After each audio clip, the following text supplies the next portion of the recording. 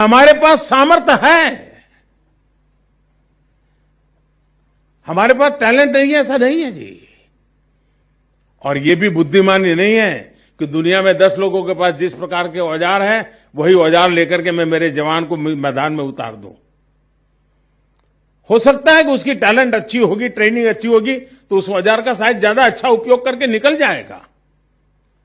लेकिन मैं कब तक रिस्क लेता रहूंगा?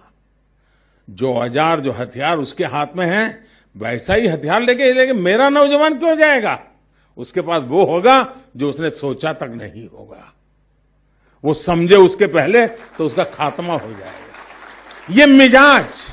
ये मिजाज सिर्फ फौजियों को तैयार करने के लिए नहीं है, ये मिजाज उसके हाथ में कौन से हथियार है उस पर भी डिपेंड करता है। और इसलिए आत्मनिर्भर भारत ये सिर्फ एक आर्थिक गतिविधि नहीं है दोस्तों,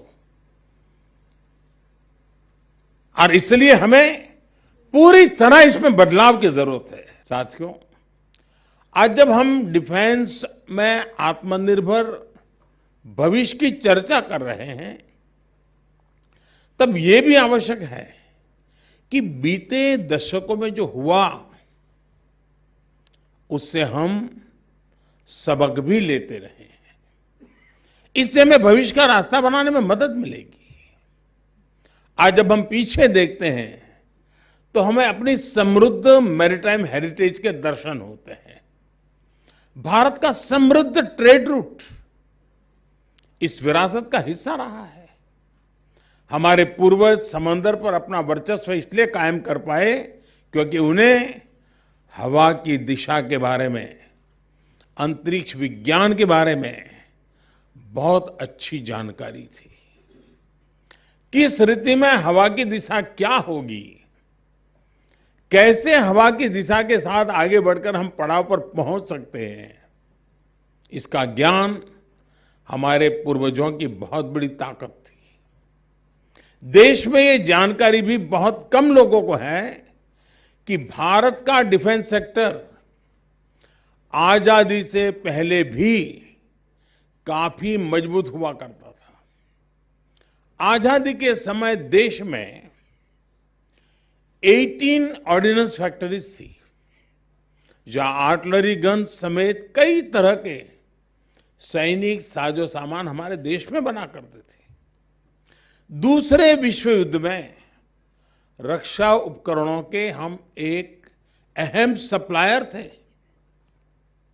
हमारे हॉवित्जर तोपों, ईशापुर राइफल फैक्ट्री में बनी मशीन गनों को उस समय श्रेष्ठ माना जाता था।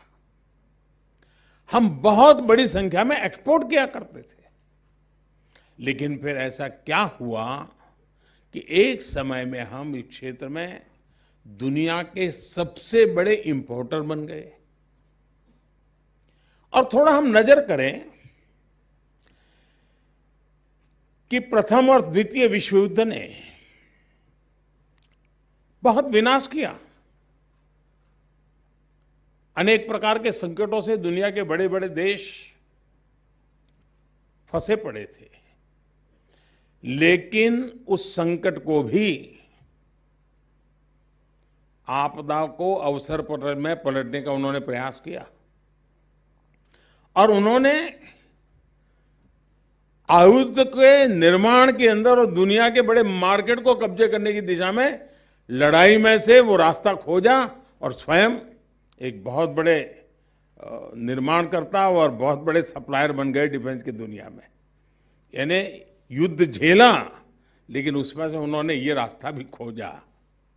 हमने भी कोरोना काल में इतना बड़ा संकट आया, हम बहुत एकदम से बहुत नीचे की पायरी पर थे, सारी व्यवस्थाएं नहीं थी, पीपीई किट नहीं थी हमारे पास, वैक्सीन की तो हम कल्पना नहीं कर सकते थे। लेकिन जैसे प्रथम विश्व युद्ध और द्वितीय विश्व युद्ध में से दुनिया के उन देशों ने बहुत बड़ी शस्त्र शक्ति बनने की दिशा में रास्ता खोज लिया, भारत ने इस कोरोना कालखंड में इसी बुद्धिमत्ता से वैज्ञानिक धरातल पर वैक्सीन खोजना हो, बाकी इक्विपमेंट बनाओ, हर चीज में पहले कभी नहीं हुआ वो सारे काम कर दिए।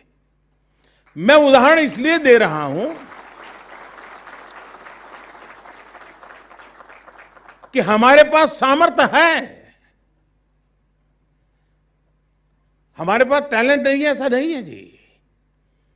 और ये भी बुद्धिमानी नहीं है कि दुनिया में 10 लोगों के पास जिस प्रकार के औजार हैं, वही औजार लेकर के मैं मेरे जवान को मैदान में उतार दूं। हो सकता है कि उसकी टैलेंट अच्छी होगी, ट्रेनिंग अच्छी होगी, तो उस औजार का शायद ज्यादा अच्छा उपयोग करके निकल जाएगा। लेकिन मैं कब तक ये रिस्क लेता रहूंगा? जो औजार, जो हथियार उसके हाथ में है, वैसा ही हथियार लेके मेरा नौजवान क्यों जाएगा?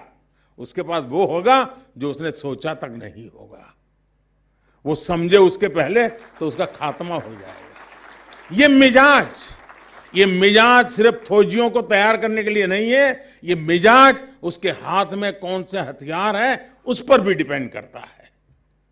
और इसलिए आत्मनिर्भर भारत ये सिर्फ एक आर्थिक गतिविधि नहीं है दोस्तों,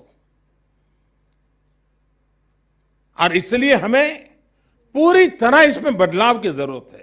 अगर आप ये वीडियो YouTube पर देख रहे हैं तो हमारे चैनल को सब्सक्राइब करें और बेल आइकन को दबाना ना भूलें। अगर आप Facebook पर ये वीडियो देख रहे हैं तो हमारे पेज को लाइक करें।